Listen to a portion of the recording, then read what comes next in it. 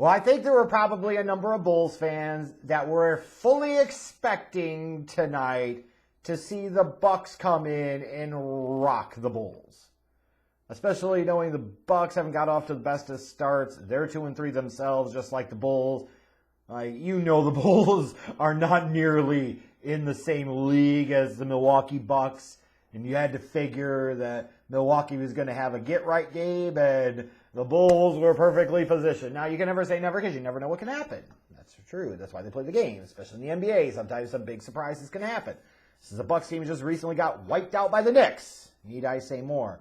But if you were a Bulls fan, that was hopeful and optimistic because they just beat the Wizards on Tuesday and Thursday for the first 2 wins of the year. Like maybe you're feeling a little confident about things, feeling a little good about things.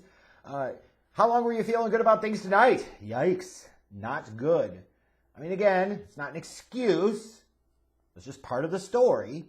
Is that the Bulls were without 4 players in the rotation, specifically 3 ones that had gotten some playing time early in the year, specifically Satoransky and Chandler Hutchinson. And, the biggest notable miss of those 3 would be Lauri Markkanen. You're talking about arguably the Bulls' best player, or at least their second best player. Going without him, it's tough. They were just able to win the other last night without him, but, now you're facing a much, much better Milwaukee Bucks team. And what really doesn't help is when you go on the road to face a quality team like Milwaukee, a contender in the Eastern Conference, and you get Otto Porter to go 3 for 11 from the field. Zach LaVine goes 7 for 16 from the field, but early on it was even worse for him. He was throwing up bricks everywhere. And Kobe White doing what he does best, putting on his whack impression of Ben Gordon, going 4 of 13 from the field. So you're talking about you got 3 key guys, 3 guys that you're pointing to potentially to lead the team in scoring, and you're talking about they go 14 of 40 from the field. 14 of 40. Yeah, you're going to have a really hard time winning games on the road in the NBA against quality opponents like the Milwaukee Bucks when your top 3 players or your 3 players you're counting for the most to give you points are going 14 of 40 combined from the field. And the team as a whole just had a rough, bad shooting night, especially from 3. They were 6 of 26 from 3 as a team. Like in today's league, the 3-point shot is so important. When you shoot that poorly from the field, it's going to be really hard to win games. Especially for a Bulls team like this one that can't defend any fucking buddy. Because now, including tonight's game, in the first 6 games of the season, the Bulls have allowed 124 or more points in 5 of those 6 games. In 5 of them. They haven't held anybody under 100 points. It's been really bad on the defensive end. And don't get me wrong, in today's league, the ability to play great offense is way more important than the ability to play great defense. If anybody tells you that great defense is more important, I would ask them to get their mindset out of the 80s and 90s and come into the modern reality of the NBA, because that's just simply not the case.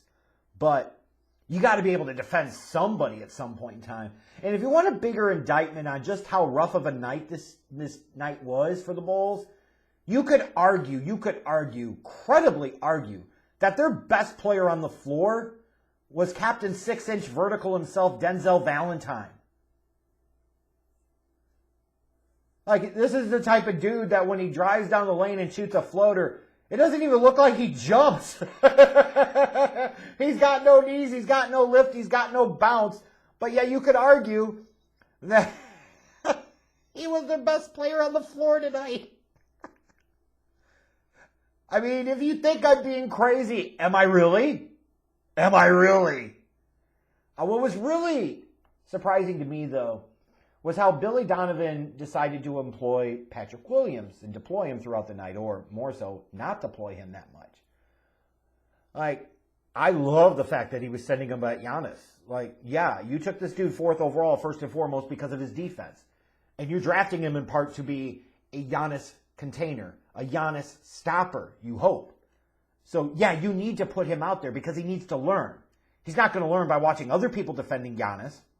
He's got to go up there, and he's got to fleek with the Greek freak, and he's got to figure out, how to defend that guy, because he's going to potentially have to face him in that division multiple times this season for many years to come. So I love the thought of sending Patrick Williams out there and say, you need to guard Giannis tonight. But why did he only play 15 minutes of the game through 3 quarters?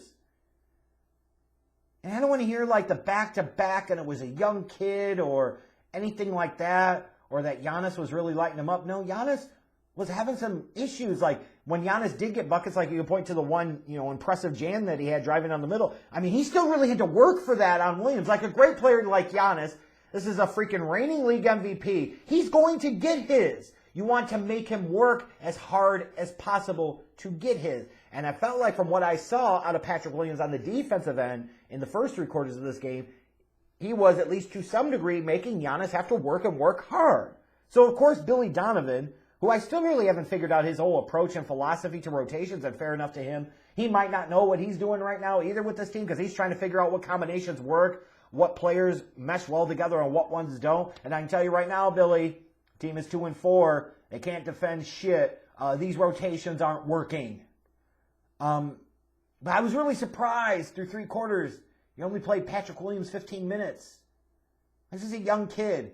Let him go out there and run tonight. You need him to match up against Giannis.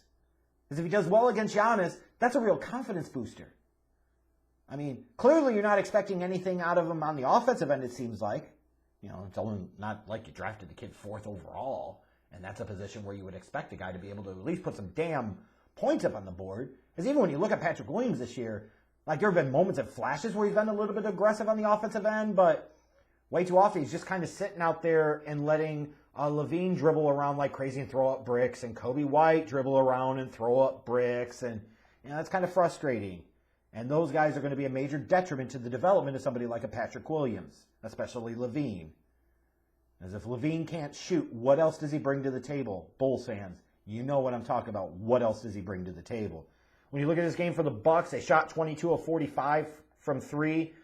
Like in this league, you let a team do that from 3. Like they were striping. Lopez was striping early. DiVincenzo was striping early. When you're letting them get off early from 3, you're going to have a really, really rough night, especially for the Bucks.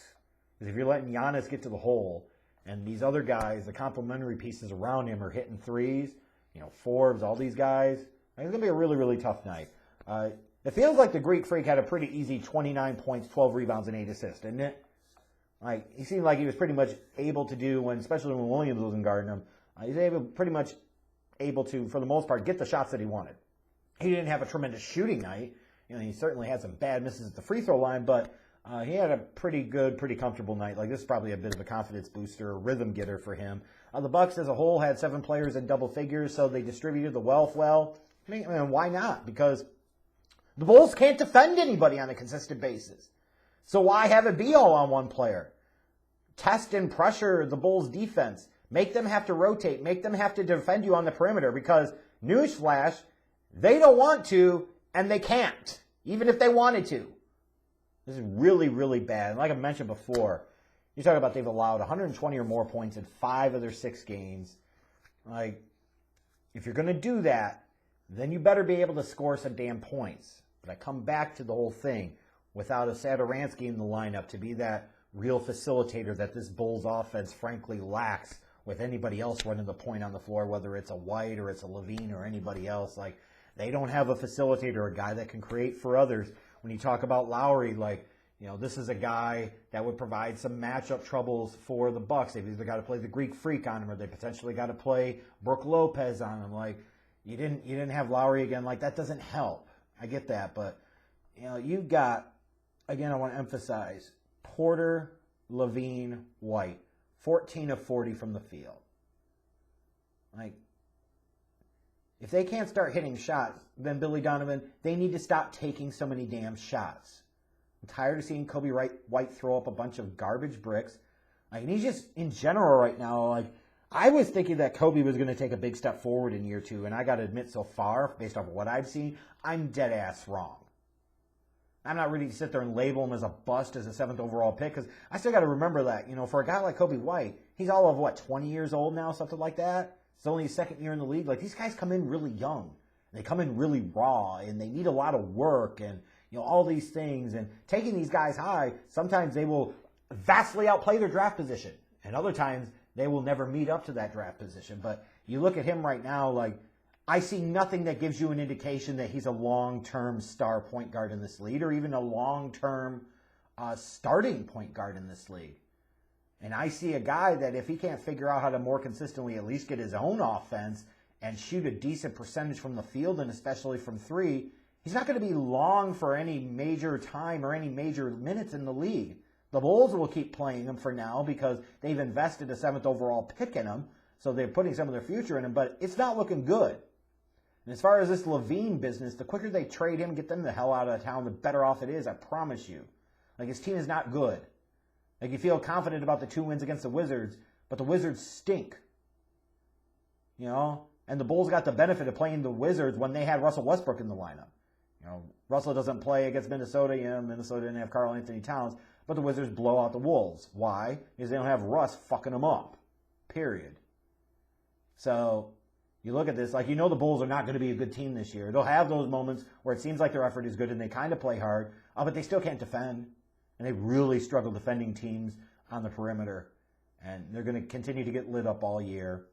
And if Levine's not hitting shots, he's not opening up opportunities for anybody else, he's not facilitating for anybody, he's not playing any defense, like, he brings you nothing else.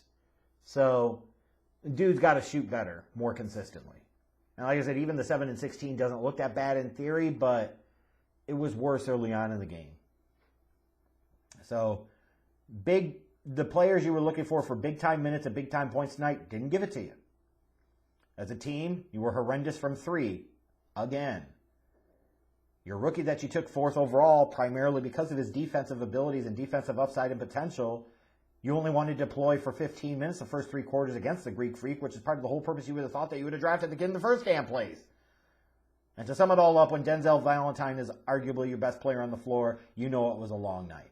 So Bulls fans, tell me what you thought about tonight's game. Bucks fans, if you're watching this, tell me what you thought about tonight's game. Subscribe to this channel if you haven't done so already. I'll be doing more game recaps throughout the course of the season. I've watched all the games so far, trying to do as many recaps as I can as well. Want to talk more about the NBA on this channel, so I hope you guys are enjoying it. Give me some feedback. I also got a new mic. I don't know if this sounds any different, looks any different.